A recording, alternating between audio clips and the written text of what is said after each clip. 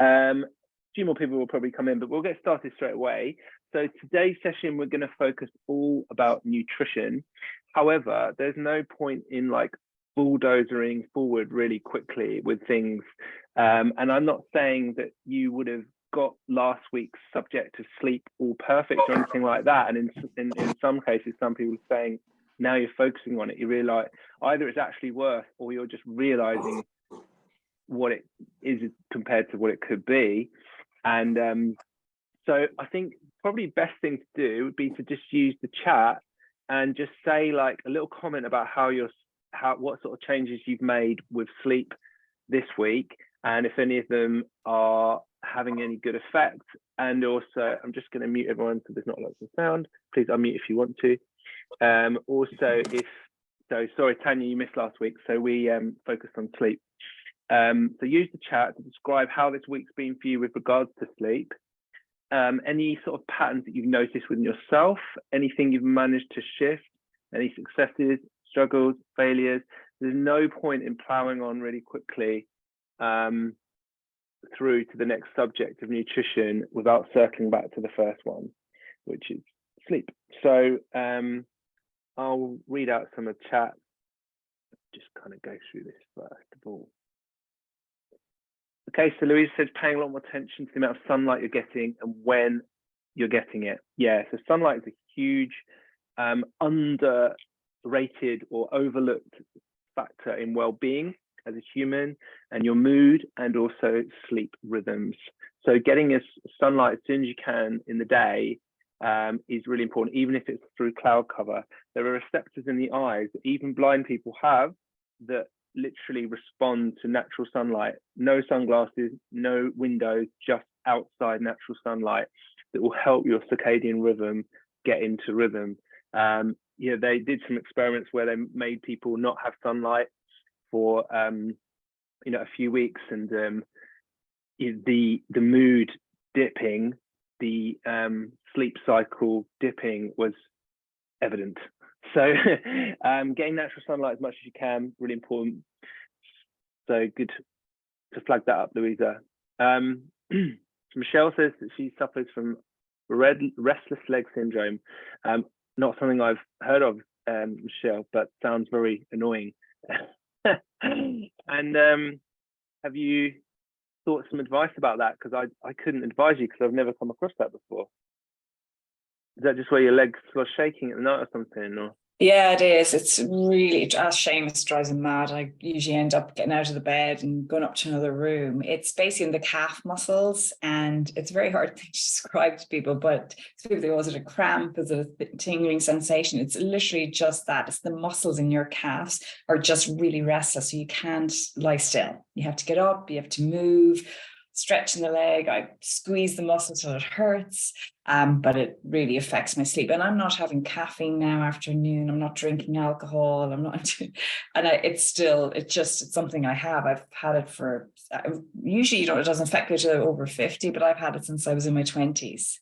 Right. And yeah, so it's really annoying. It drives me mad, and it definitely affects my sleep. So, and there's not much I can do about that. So. All right, yeah. You can only do what you can do. Even if you have everything in place around sleep, and you're still going to have some bad nights, that's for sure. But I'll look into that for you, see if I can help in any way. Although I've never heard of it. So my husband has really bad cramp, and he drinks tonic water before bed, and the quinine in that seems to help. So I don't know if it might help you. Thank you, Leslie, but it's not cramps. It's a different sensation. And it's one of these things that I know a few people that suffer from it, one friend in particular, and he's really bad with it as well. And, I know things like MSG trigger it and different things like that, but I've had acupuncture on it, and that definitely helps. But there's no cure. The only thing I could do is the only drug you can take for it is it's one that's for if you had epilepsy, and I really don't want to go down that road. So I tried to avoid. My mother suffered with it a lot, and actually I've had it a bit every now and then, and I find not drinking and not having a full bladder before bed for quite a few hours actually does help. That personally, but I only get it every now and then, so I feel like it's going to be a problem for me later. Yeah.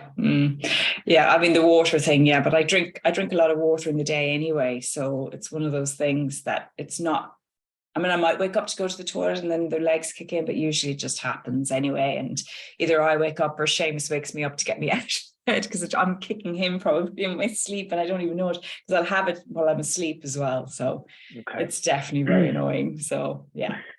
I will have a private chat with you about that and see if I can advise anything just through any research that I might do. So I'm really interested to see anyway. But Michelle, I'm sorry that you have that, and that's a nightmare. Quite literally. Right, we're going to move on. I want to make sure I get round to the nutrition to do my presentation today. So I'm going to move a little bit quicker now. I'm just going to talk about general themes. So Simon's not looking at phone before he goes to bed is really helping him. That's fantastic. Reading instead of phone, yeah, another one. Getting to bed earlier, waking up earlier seems to help. No caffeine this afternoon has helped a lot. Yeah, okay, brilliant. Quite a lot of people making that little tweak. No alcohol, no phone, not much sleep though. Oh, sorry to hear that, Leslie. I would say just keep persevering. It does take time for your body hormonal rhythm cycles to change, usually about 2 weeks actually. So I would persevere with those good habits and see what happens in the next week. Getting up fewer times because drinking less fluid. Okay, good stuff. Going to bed earlier, waking up naturally early, but that's all good. Good stuff, Gary. Spoke to Lewis about it yesterday and got some more pointers. I've been prioritizing marking of assignments and have lots of random things happen that haven't helped. Restless leg syndrome is also what I found. That frozen or heated socks help at night. What do you mean by that, Emily? They're these things you can get off Amazon. I can't remember what they're called. Is it like Chillo socks or something? But you can either put them in the microwave or in the freezer. And I have had restless leg syndrome since having children, and there is nothing worse. You can't forget about it. Like, it is the most irritating. It's very difficult to explain. Like, people hear restless leg syndrome and they think, oh, what? You can't stop moving your legs, but it's not like that at all. It's just this: you have to move your feet, or you have to move your ankles, or you have to. Yeah, it's really unpleasant, horrible. Okay, and what was the pointers that you got from Lewis? Oh, about sleep.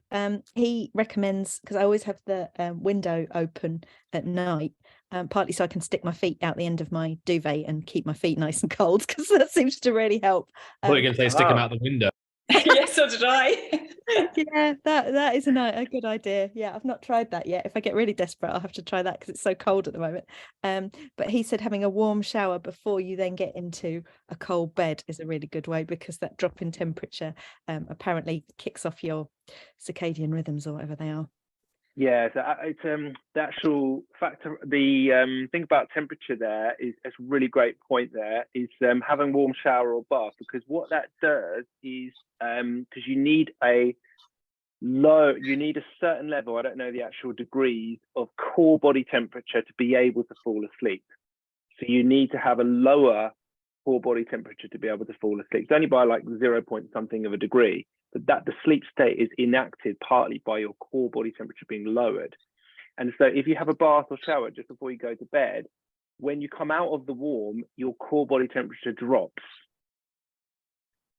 And at that point, that's why it can help you fall asleep, because your core body temperature has to drop to fall asleep. So I always have a warm bath before bed. That's my kind of relaxant time. So no phones, book, or potentially I have a second phone that doesn't have any distractions. I just have like audio books or podcasts. So having a bath with you could have what's the word, like lavender or something like that, is a really good thing. If you've not got that in place at the moment, I would recommend trying it. Okay, well, we'll keep these sleep conversations going. Obviously, these things are all linked: mindset, sleep, mindset, sleep, nutrition, and movement. They're all very linked. So we'll keep circling back to sleep. And obviously nutrition and movement are very linked to sleep quality as well. But we're going to move straight into nutrition this week. Please feel free to, I'm going to see if I can actually maintain my view of the chat this time. I think I've worked out how to do it. No, maybe I haven't. No, it's gone. Chatbot's gone. Oh well. So if you do want to ask a question, please feel free to just unmute and just ask it. So today, so we've reviewed our sleep thing, and obviously on school, I sort of did a post with how your habits are going.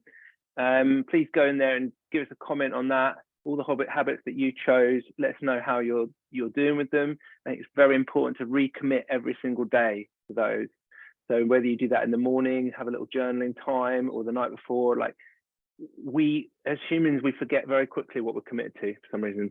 So recommitting every day, in fact multiple times a day, reminding yourself of who you want to be, what habits are going to support that, and recommitting to that, whether writing them down or just running through them. Right, today I'm going to do this, this, and this, and this.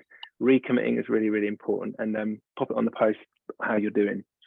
Okay, so today with nutrition, we're going to cover first of all about like your kind of particular individual weakness, as it were. Like, do you really need more nutrition knowledge? This is probably the most important thing we're going to talk about today. Do you really need more nutrition knowledge, or do you need more application of what you know? Okay, so I would say you probably have, having been on a few nutrition courses and things like that myself, and having been in this work for about 10 years now, I would say you probably have about 75% or more, most of you, the knowledge that I have, maybe even more than that, depending on how into nutrition you are. If you were to apply all those 75 bolts of knowledge, as it were, you would probably get where you wanted to be. And I've got the sort of 20%, the 25%, which I will give you, but think about if you could apply all the knowledge you already have, you'd probably be eating how you want to eat, pretty much.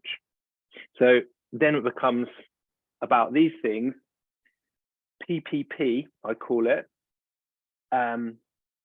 Usually if we're not eating how we want to eat, it's either a practical issue, so it's timing, not having enough time to prepare food.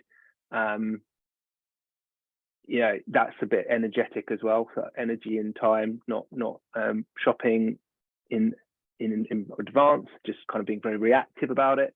So it's usually a practical issue or a physiological issue. So maybe it's related to sleep. Maybe you've got your blood sugars all over the place. You're getting cravings, and your physiology, obviously, or you might be in the menopause stage. There's a lot of physiological factors that can affect nutrition in that phase. You know, or there's a lot of physiological reasons why you might not be eating how you want to eat. And then there's psychological, of course. It's a big one. And potentially knowledge, which I think is actually the smaller piece. Do you really need that extra 20 bolts of knowledge, or do we need to address the other things? Probably the other things, I would say. In fact, I'm going to stop this share now because I think it's actually really important. I've just got some chat. Application of what I know. I agree with Janice. Mix, need to refresh and update what I know and apply. Okay, cool. I'd like you to write in the chat, like, what's your biggest issue? Like, what thing would you most want to change about the way you're eating? So it could be snacking, it could be alcohol, it could be, you know, reactively stopping at garage because you haven't made the time to prepare your lunch. Is it portion size? Like, what's the one thing you kind of know, but you'd actually like to work on the most? Okay, so we've got alcohol, poor snacking choices when tired, alcohol, chocolate, portion control, snacking and eating while driving the job. Okay, carb cravings, savory food and snacks. Garage food always feels like free calories. What do you mean by free calories? You mean that they're just not going to enter your body somehow? Yeah, it always feels like a bit of a treat that I can get away with, but I do a lot of traveling, so I'll often stop and get something, and then I'll pile on more than I need, thinking, right. I don't know, I like a mental block. Yeah, I would actually call them empty calories. Do you know what I mean by empty calories? Yeah, totally. But for me, they're more than empty. They're like, I don't even think I've eaten it today if I've had it. You've just gone like this. Yeah. So what do you think I mean by empty calories? I think it's an important point. That there's no nutrients in there that are really doing doing me any good. I'm filling up with calories that might sustain me for energy, I guess, but not adding to the minerals or the vitamins I actually need to Yeah, grow. exactly. So calories without any nutritional value, and really what we call strip away value, because your body's got to deal with all this excess sugar, with potentially chemicals, potentially excess oil. It's got to deal with it and process it. It's almost like worse than empty. And so the other reason why do we call it empty calories? Yeah, that's basically means empty of nutrition. So that's the main point here. Right. So, but yeah, definitely not free. Okay, we've got alcohol habit. So alcohol producing the snacking habit for Michelle. Not making time for meal prep because tired and a bit lazy. Okay, yeah, good tip on that one, Emily, is just to try and do it when you do have energy.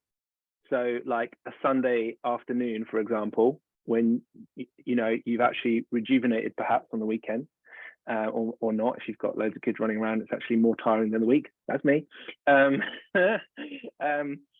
So like trying to like make it a thing. You know, I know that it's all very this kind of Instagram Tupperware things, but it does work. If you do an hour on the Sunday, you can make your lunches till Thursday, and then you don't have to do it when you're tired the night before, because we make poor decisions when we're tired, not just for nutrition, but for everything. So that's why sleep affects cognition, it affects our decision-making capacity. In fact, to the point where whatever you think of Amazon, Jeff Bezos, the leader of Amazon, probably one of the richest people in the world, he bought Oura Rings, which is a sleep tracker for all of his top executives. Since like Oura Rings are about £300 or £400 each. And he said, when they said, why would you do that? He says, because I pay my top executives to make really good decisions. And we know, science says that lack of sleep will make our decision-making quality much worse. So it's a complete investment, because I want my top executives to sleep properly so they can make good decisions. And so that, again, we go back to sleep. If we're really tired or we've like just been really busy that day, and we're going to make a poor decision. And that's why we tend to make worse nutritional decisions in the evening, because we're tired. We just can't be bothered anymore. We're like, oh, whatever. And so, yeah, trying to make preparation time and a time when you actually have energy is always going to be better. Finding alternative snacks, good snacks. Heather, okay, cool. So let's just drill down into that a little bit. So I think these are, rather than me going on my presentation quite yet, it's just actually answering your questions that are really important to you. That's the most important thing. So Heather, could you unmute and tell me what snacks that you currently go to? Good ones and not so good ones, maybe. Well, I am terrible with crisps and chocolate and stuff like that, you know, and if I'm hungry, I just go for like what's there, what's already made. Like I'd like to maybe have some good recipes of some, like, I don't know, healthy flapjacks, if that's even a thing that you can eat when you're feeling like you just need a little pick me up or something that's going to be more, you know, beneficial for you, opposed to, you know, eating, I guess it's those not good calories. Yeah, empty calorie. Okay, got it. So could anyone put in the chat any snacks that they have found that are satiating, i.e. make you feel fuller, but also have nutritional value? I've got some ideas, but it'd be cool to get your ideas, and then we'll come back to these other comments in a second. So anyone got any snacks that they kind of go to that they found really helpful when you just kind of need, as Heather put it, a bit of a pick me up, or you're a little bit snacky, but you don't want to kind of eat something that's okay? We've got boiled eggs and seafood sticks with soy sauce. Okay, edamame, soybeans, kimchi, which is like a Korean fermented cabbage, which is like really spicy if you like spicy. It can be really good for you though. Banana, bars with nuts and seeds like flapjack, nuts, boiled egg, banana, apples, protein yogurt, lots of different. Leslie says there should be a calorie refund when something doesn't taste as good as you hoped. Love that. Yeah, sorry, not going to happen. Okay, so lots of different ideas. One idea that I've got for you, Heather, is really simple, because when you have a snack, you kind of almost like you want to hit all food groups, right? What are anyone like to unmute and tell me, what are the 3 macronutrient food groups? What are we talking about when we say we want to hit all food groups? Carbs, fats, proteins. Cool. Exactly. Carbohydrate, fat, and protein. So if you can get a snack that has all those things, but it also has some micronutrients in it. What do I mean by micronutrients? Anyone unmute and tell what do we Vitamins and mean by- minerals. Exactly, yeah, vitamins and minerals. So we want, if we can hit snacks that have everything, so they have nutritional mineral, vitamins and minerals, so micronutrient value, and macronutrient, they hit all three, that can be a very satiating snack. Whereas a lot of snacks are maybe just like one food group. Or so if one way to do that is fruit and nuts. Now, not the chocolate, but the real thing. So some nuts have protein and fat in, and then a piece of fruit is a carbohydrate. So if you have a banana and a small handful of nuts, now nuts are pretty calorific, but actually you do need to watch the volume, but that is a very satiating snack. And remember that your appetite receptors take time to catch up with the food that's in your body. So if you eat it and be like, I'm so hungry, wait, it will catch up and you will actually hit all those food groups. Caroline says, my mum's always used to say that when we were kids, when we feel hungry, you're probably thirsty, so drink some water first. And the truth in that, yeah, absolutely. So drinking, hydration is something we could cover today as well. A lot of you have chosen that sort of 2.5 to 3 liters a day. You know, a lot of us also, with regards to like, if you want to lose weight, a lot of your body weight is water. And if you don't drink enough, your body holds on to that. And that's what we found with the in-body scans. People who can lose like a couple of kilos in a week, and it's not fat loss, it's water loss because they start drinking, because the body is allowing that hydration to not be held on to anymore. So, but to your point, Caroline, yeah, sometimes when you feel a bit hungry, you could actually just drink and you actually feel not so hungry. Michelle says I drink a lot, by the way. I don't find that I don't need to snack if I drink a lot of water. Yeah, only reason I snack is nuts and crisps when I drink wine. Okay, so wine's your kind of opportunity to not snack so much, just reducing that. So fruit and nut is a great one. Okay, if you don't like non-salted nuts as well, just sort of normal ones, fruit nut. Another one is like hummus and carrot, right? So hummus has fat in the oil that's made. So like olive oil usually is ground down with chickpeas, which have quite a good degree of protein in it, and carrot is the carbohydrate. So hummus and carrots, that's a great one as well. And then other ones, you know, things like if you eat meat, dried meat, and it's a good, like biltong, it's quite a good satiating snack. It's a bit salty, but I quite like it sometimes. Obviously just a piece of fruit by itself and some water is going to probably quash some of your craving a little bit because it's quite a fast acting natural sugar. Apple and peanut butter, yeah, that can work 100%. Good stuff, good suggestions, guys. Is that helpful, Heather? Yeah, that's brilliant, thanks all. Okay, Tanya says, as soon as I feel like eating or drinking something, I always end up eating, and I enjoy eating more than drinking water. It's my first instinct. Later I regret it and think, why didn't I just drink something? Okay, yeah, so obviously there's nothing wrong with eating like something. It's just about the amount and what you eat, right? So don't feel bad for eating something. It's just like if you eat something not so good. And the other thing that Lewis says is like, he just says put like a post-it on your fridge or in your cupboard and just say, and then write the word 10. And he says take 10 deep breaths. And then by the end of that, review whether you really need what you were going for. Because sometimes the reactive part in us, so Viktor Frankl, who wrote Man's Search for Meaning, says that your growth and freedom lies between the space of stimulus and response. So stimulus could be a craving. And then your reaction could be the food. But imagine if you would widen that time between craving and then there's a space. A reaction is like right here, right? You go straight away to it. Imagine if you could elongate that space and consider things. So you feel, right, I've got a craving. Rather than reacting, we could respond. And the difference between a reaction and response is the time in between and the consideration that you make. So you could say, I've got a craving. Breathe. Let's go 10 breaths. In that 10 breath period, like what could serve that better? Could I choose a better choice?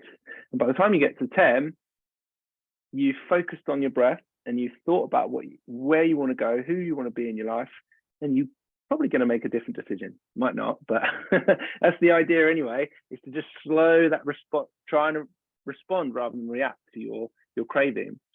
And of course, guys, the more our nutrition improves, the less cravings we're going to get. By the way, Caroline, it's Viktor Frankl's book. It's called Man's Search for Meaning. And Emily says I should write that on my fridge. Yeah, the different. I'll pull up the quote again in a minute and read it out properly. So I've got it in my presentation.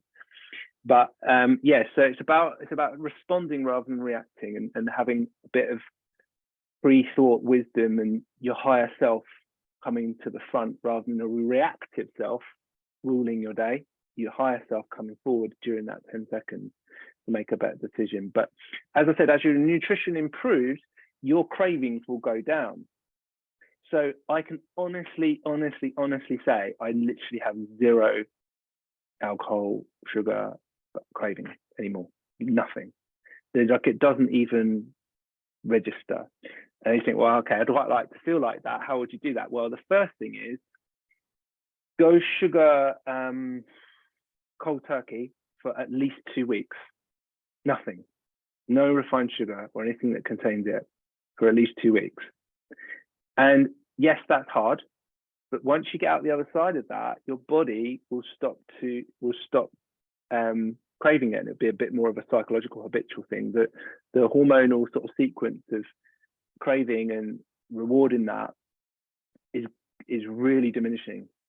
And the same with, like, because say alcohol, I used to drink beers like quite a lot, and here's a story. So when you see something, when you see like a chocolate or a glass of wine or something, that actually your sight receptors triggers a lot of sensations in your body. It will trigger your salivation. It will trigger, oh, I know what that feels like to drink that. So for example, alcohol is a relaxant. So your brain is telling yourself a story, and your nervous system is telling you, if I do that, I'm going to feel like that. Or with sugar, if I do that, I'm going to excite my senses and I'm going to feel that desire, that craving. But the more you abstain from that, the less that happens. So I remember when I first gave up alcohol 3 years ago, when I first started to walk down the shopping aisle, and I'd walk past the alcohol, I'd just suddenly find myself in it.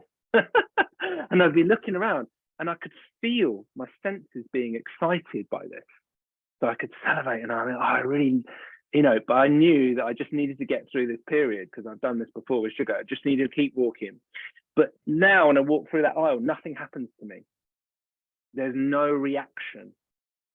So the simplest thing is you just have to abstain and get through the hard stuff, get through that hard bit.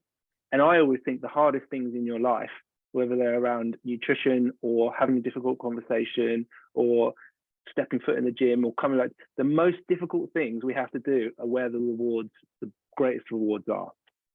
Luke, is the key to that though? I did a 2 week, or actually I think it was more like a month, no sugar. And it was probably the best thing I've ever done. Same as what you're saying. A carrot ended up tasting like a Snickers bar. It was like the most delicious thing in the world. And I felt like I didn't need to eat sugar again. But before I knew it, I was back on the regular train of just eating sugary stuff. Is it just persistent willpower that's required, or do you need to do anything else to kind of help sustain that? Great question. So willpower is what you need at first, 100%. But and then it basically, what you did is you did the willpower thing, but you didn't go long enough to make it a habitual thing. That's the first thing. So willpower first, habits develop out of willpower, and that usually takes physiologically about 2 weeks, but psychologically to really get the habit can take up to 3 months. And then to really embed that into your identity, I'm someone who doesn't eat sugar, I don't need it doesn't do anything for me, I don't drink alcohol, identity can take maybe a year. I would say. So it's like 2 weeks physiological, 3 months psychological, kind of habitual surface psychology, deep psychology, identity, year, I would say. That's the first thing. The second thing, Stuart, is I wondered, did you put a time frame around, like, I'm going to do this for a month? No, I didn't initially. I just thought, how long can I go? And I did Yeah. 2 weeks, and then I did another 2 weeks, and then it was sort of, I'd forgotten that I was doing it almost, and I almost accidentally ate some sugar, and then Yeah, was it too late? Like I was back on the "this is delicious" train.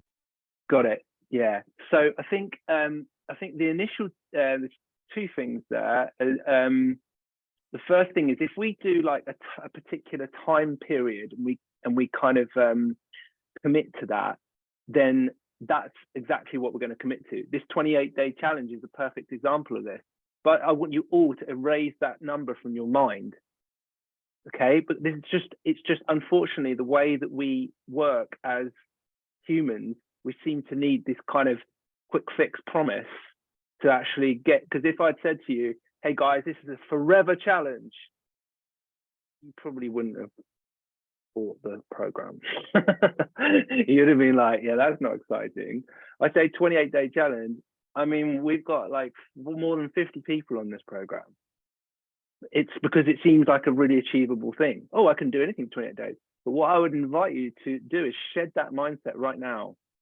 There was a trick that I played on you to get you in here. You have to think, this is day one and this is forever. Like, otherwise, as soon as you said 28 days, you'll be like, oh, I've done that now. That's the first thing.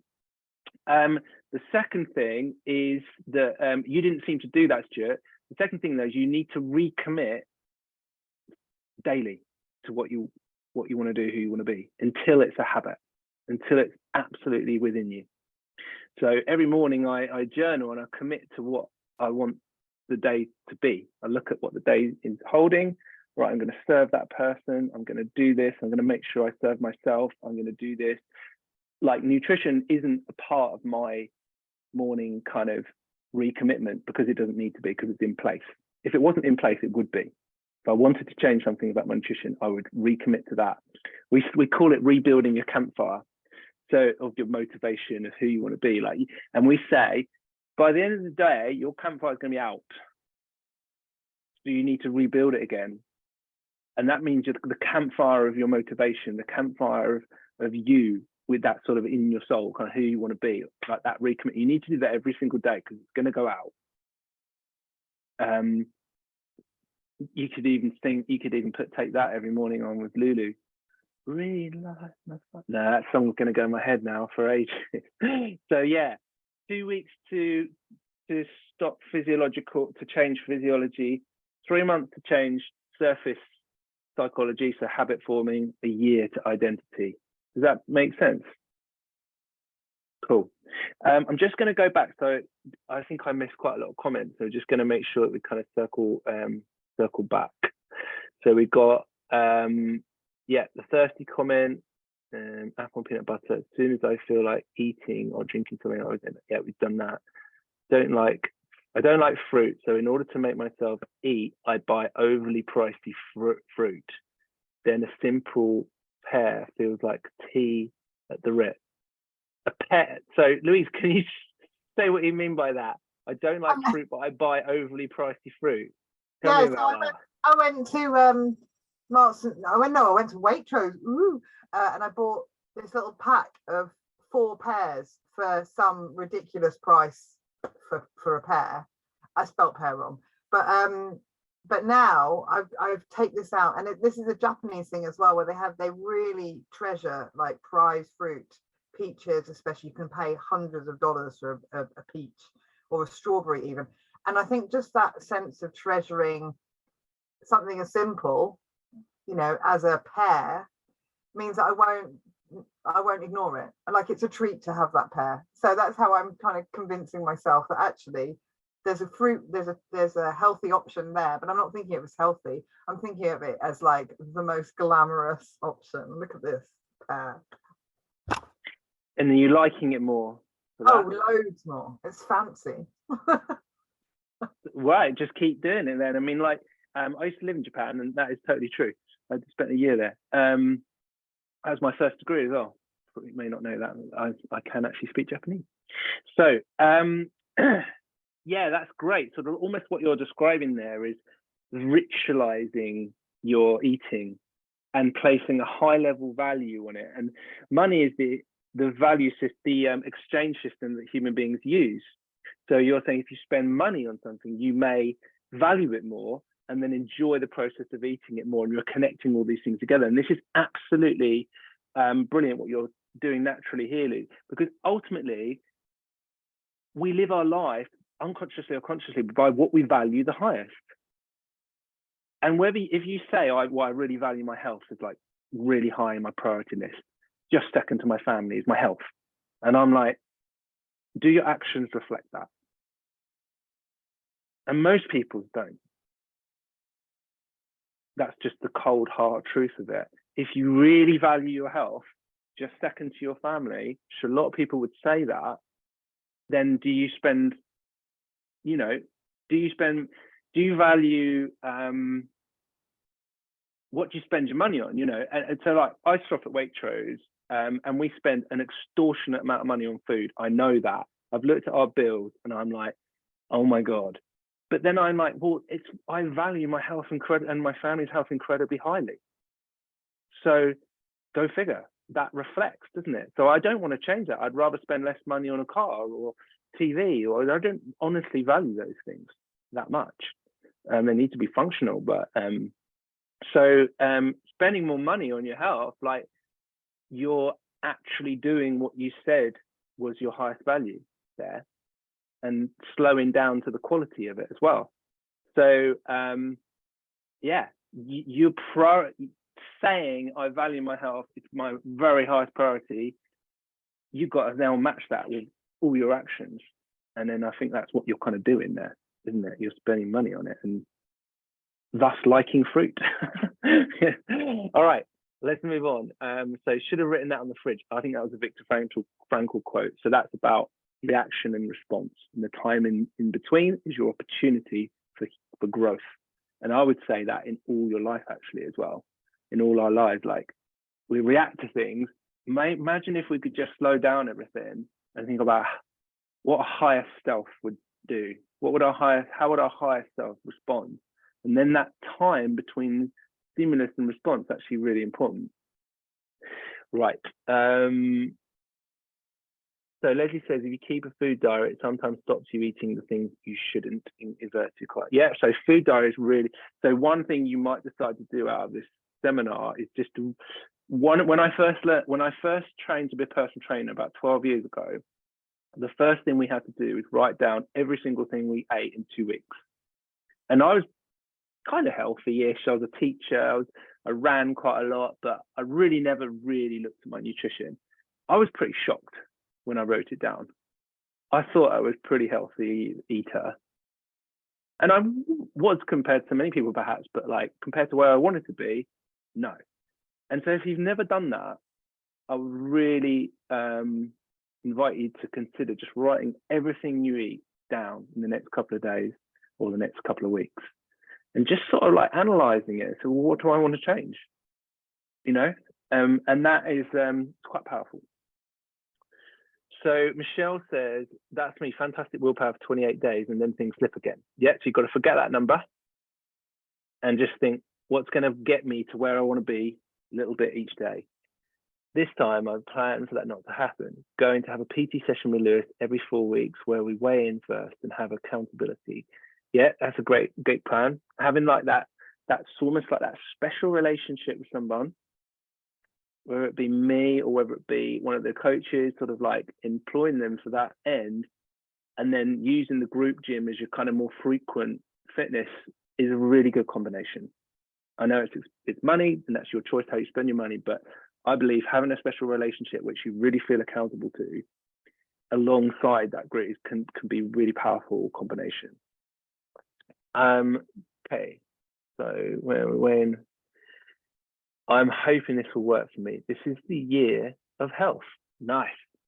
Last year was the year of exercise. And now that as I love it, and that's a part of your life, but health is not just exercise, is it? and that's why we're doing these seminars about different aspects of our health rather than just exercise.